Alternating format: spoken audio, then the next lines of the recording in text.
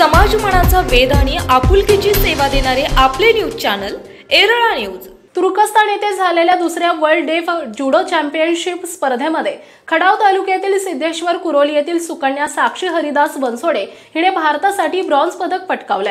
या स्पर्धेत भारतासाठी पहिल्यांदाच पदक मिळवून गावाचा अभिमान ठरलेल्या या सुकन्याची संपूर्ण गावातून सवाद्य मिरवणूक काढून तिचा जंगी सत्कार करण्यात आला।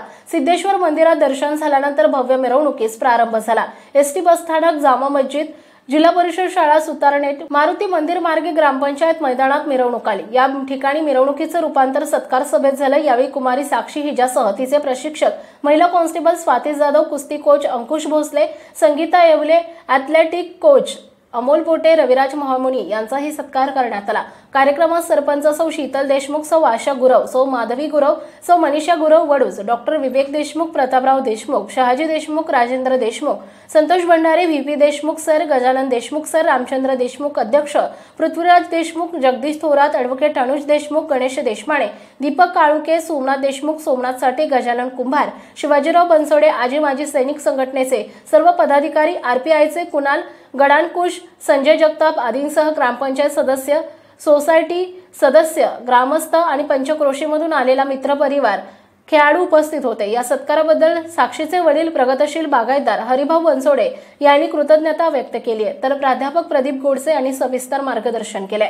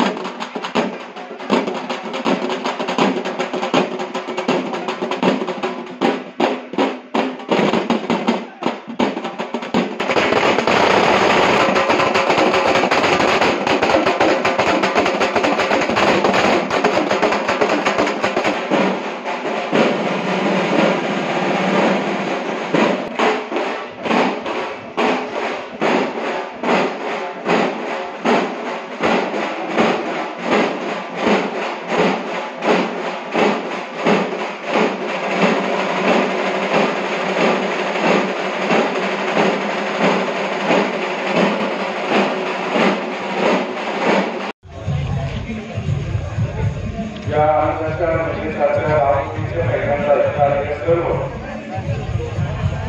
माझ्या बंधू भगिनींना सगळ्यापासून मनापासून शुभेच्छा देतो। त्याबरोबर एका ऐतिहासिक दिवसावर प्रार्थना छत्रपतींनी आजच्या दिवशी 1645 या दिवशी ऐतिहासिक पण हा दिवस आहे।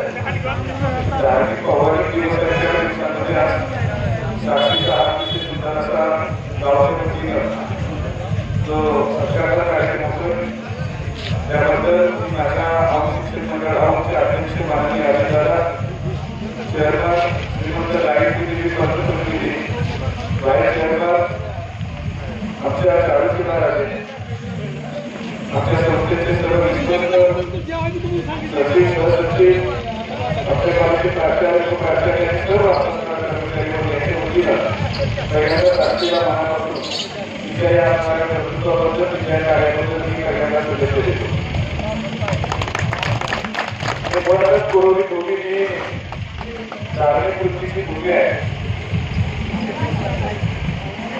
सिद्धेश्वराचं चांगलं अधिष्ठान या भूमीला आहे। ईश्वर बाबाचं वास्तव या गावात झालेलं आहे, त्यामुळे हे गाव पूजित झालेलं आहे। आता या धार्मिक आणि पूजित असणाऱ्या विचाराच्या गावामध्ये साक्षीसारखी तिची जन्माला यावी। खरं तर साक्षीच्या आईवडिलांना जेवढा आनंद आहे तेवढाच आनंद इथं असणाऱ्या सगळ्या गावकऱ्यांना झालेला आहे।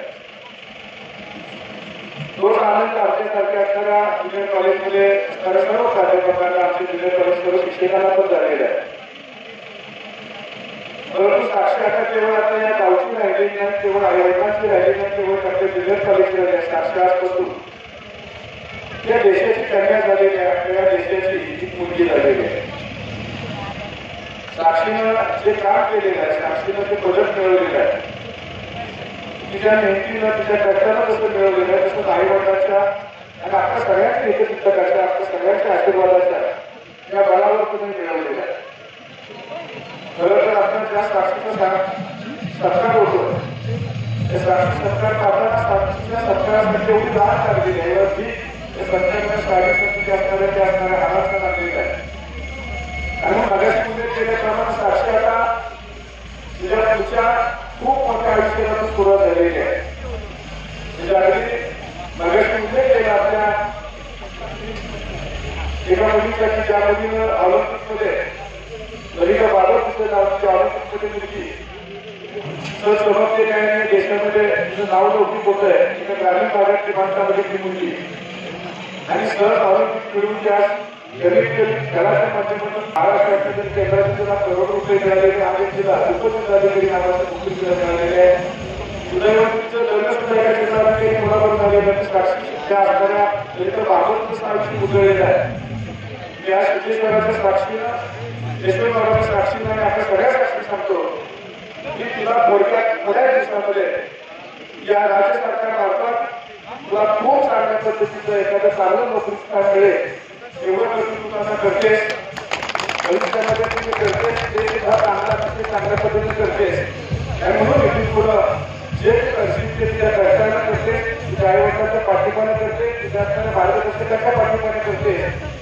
आणि म्हणून आम्ही जे काही तुला 11-12 जे काही सहकार्य केलेलं आमचं कर्तव्य केलं आम्ही काही उपकार केलेलं नाहीये ते आमचं कर्तव्य केलेलं आहे. आणि म्हणून असंच सगळ्या गोष्टी तुझ्याकडे सतत घडाव्या आणि तुझ्या असणाऱ्या आयुष्यामध्ये खूप चांगले सुखाचे ज्या पुरवणीकरांच्या दृष्टीनं सुखाचे दिवस यावेत, आनंदाचे दिवस आहेत एवढीच अपेक्षा व्यक्त करतो आणि थांबतो. आणि ज्या सैनिकांना शुभेच्छा देण्यासाठी बोलतात शुभेच्छेचा आभार मानतो. आमचं जय हिंद जय महाराष्ट्र. एरळा न्यूजसाठी प्रतिनिधी रविराज महामुनी, सिद्धेश्वर कुरोली. आपल्या भागातील महत्त्वाच्या बातम्या पाहण्यासाठी आजच आमच्या एरळा न्यूज चॅनलला यूट्यूबवर सबस्क्राईब करा आणि बेल आयकॉन प्रेस करा.